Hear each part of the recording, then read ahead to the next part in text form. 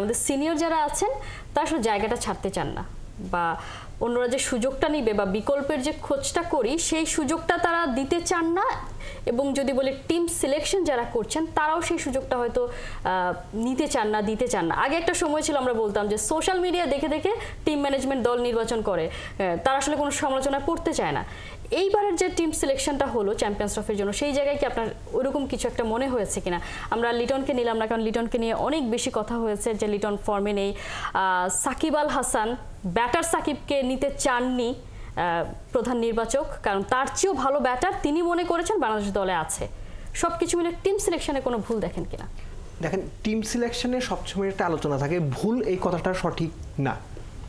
ভুল বলাটা আসলে আমাদের জায়গা থেকে ডিফিকাল্ট, কারণ তারা যেটা সঠিক মনে করেছেন সেটা তারা করেছেন, তাদের সেই রাইট বা ফ্রিডম আছে।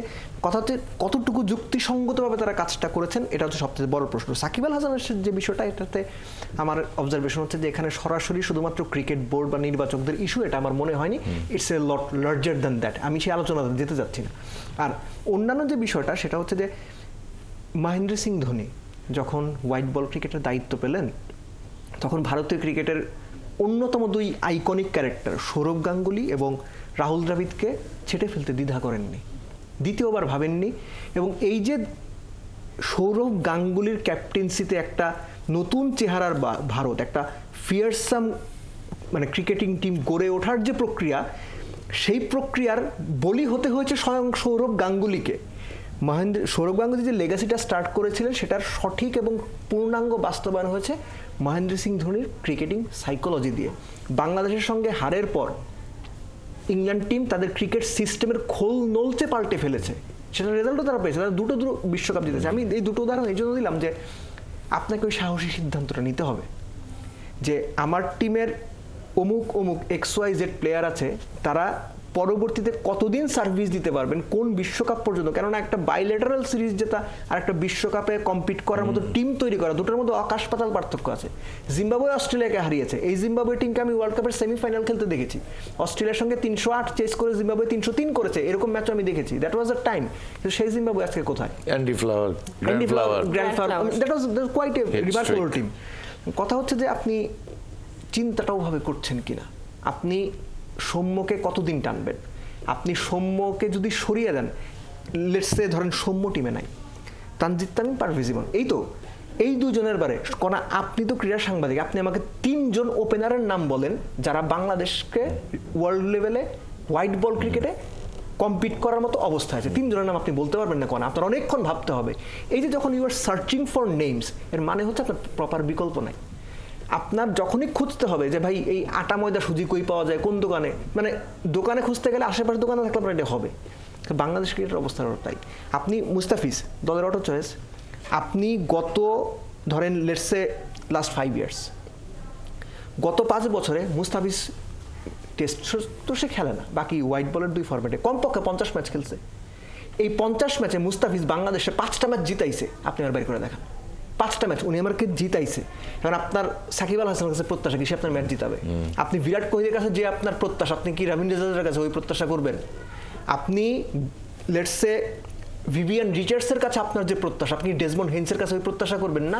টপ প্লেয়ারের কাছে আপনি টপ, আপনি মুস্তাফিজকে এক্সপেক্ট করবেন সে 10 ম্যাচ খেললে অন্তত 1 ম্যাচ আপনাকে জেতাবে, বাকি 3 ম্যাচে সে আপনাকে জিততে পারেন এরকম একটা সিচুয়েশন তৈরি করে দেবে। বাকি 6 ম্যাচ এভারেজ যাবে। আপনার প্রিমিয়ার ফাস্ট বোলার যাকে আপনি মনে করছেন গত 5 বছরে সে আপনাকে 5টা ম্যাচ জিতা নাই, কিন্তু আপনি কিন্তু হিসাব করতেছেন না ও আমার সেরা বলার, 1 নম্বর বলার। তাসকিন যে বাংলাদেশের সেরা বলার, এই ছেলেটাকে আপনারা দিনের পর দিন এই ফরম্যাট ওই ফরম্যাট খেলাচ্ছেন। Nahid Rana, I do feel sorry for this young lad. BPL এ লাস্ট 4 ম্যাচে এই ছেলেটা কোনো উইকেট পায় নাই। BPL এ 10 ম্যাচে খেয়াল করেন, তাকে নিয়ে এত আলোচনা, বাংলাদেশের এখন সেন্সেশন। প্রেস কনফারেন্সে সাংবাদিকরা শান্তকে প্রশ্নের পর প্রশ্ন করে ভারতীয় সাংবাদিকরা নাহিদ রানাকে নিয়ে, মানে তাকে নিয়ে এতখানি আগ্রহ। সেই ছেলেটা BPL এ 10 ম্যাচে 7 ম্যাচে ইমরোজ ভাই কোনো উইকেট পায় নাই। কেন? আপনার খেয়াল করতেছেন না যে ওর যে এনার্জি সেটা ল্যাক করতেছে, ওর উপর প্রেসার বেশি হয়ে যাচ্ছে। একটা বাচ্চা ছেলে, কত আর বয়স, ও যদি এখন ইনজুরিতে পরে 3 বছর বাইরে চলে যায়। তোমার সাথে দেব একটু যোগ করতে চাই, সেটা কোন এলাও করলে, সেটা হলো যে এই নাহিদ রানাকে নিয়ে আমি শঙ্কিত এই কারণে, কোনা is always there to allow you. আমি কেন শঙ্কিত যে ও এখন ওর উপরে সবার চোখ। এক্স্যাক্টলি। IPL এ ডাকবে, শ্রীলঙ্কায় ডাকবে, PSL এ ডাকবে। PSL এ ডাকবে। আচ্ছা, আমরাও তাকে 3টা ফরম্যাটে খেলানো শুরু করেছিও, but is it okay for him? আসলে বলি এখানে হচ্ছে কি ইমরোজ ভাই, ওই ওয়ার্কলোড ম্যানেজমেন্টের যে বিষয়, এটা প্লেয়ারকেও বুঝতে হবে, ক্রিকেট বোর্ডকেও। আমি কখনোই একটা প্লেয়ার বিদেশি ফ্র্যাঞ্চাইজি লিগে খেলতে যাবে, আমি কখনোই এটার বিপক্ষে না। তাকেও এক্সপোজারটা দেওয়া উচিত, টপ প্লেয়ারের এগেনস্টে খেলার অভিজ্ঞতা, তার নিজেকে তৈরি করার, অভিজ্ঞ হওয়ার। সে খারাপ করবে, আরো খারাপ করবে, কিন্তু ওখান থেকে সে যেন ঘুরে দাঁড়ানোটা শিখতে পারে।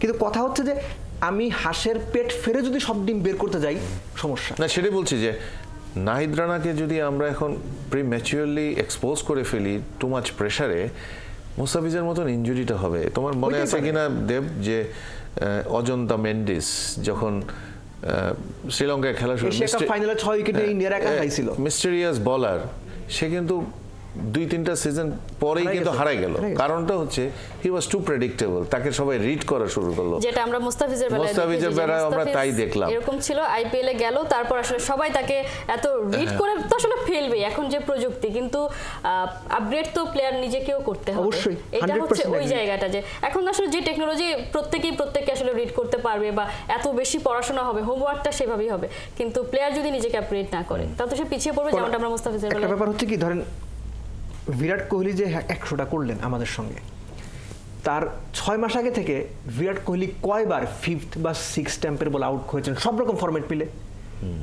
অনেকবার।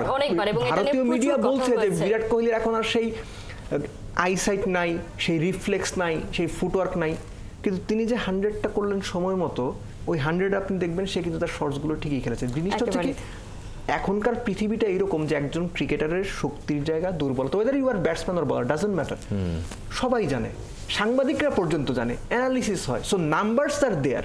এখন কথা হচ্ছে যে ওই নাম্বারসের এগেইনস্টে আপনি নিজেকে কিভাবে প্রিপেয়ার করবেন। আমি লাস্ট 10 ইনিংসে 8 বার হয়তো শর্ট বল আউট হইছি, এটা আমার দায়িত্ব ব্যাটসম্যান হিসেবে, আমি 11 নাম্বার ইনিংসটা যেন কোনোভাবেই শর্ট বলে আউট না হই। এই অ্যাডজাস্টমেন্ট আপনাকে করতে হবে। এই জায়গাটাই আসলে আমরা বলছিলাম যে আমাদেরকে নিয়ে তো হোমওয়ার্কটা করবে, আমরা আসলে কতটা হোমওয়ার্ক করে মাঠে খেলতে নামি, নিজেদেরকে কতটা আসলে আমরা এগিয়ে নিয়ে যাচ্ছি, যে কারণে আমরা রেসে প্রত্যেকবারই পিছিয়ে পড়ছি, এবং সেটা হয়েই আসছে। দর্শক, চলছে 71-এর মুখোমুখি, আমরা আরো আলোচনা করব। এই মুহূর্তে সময় হয়ে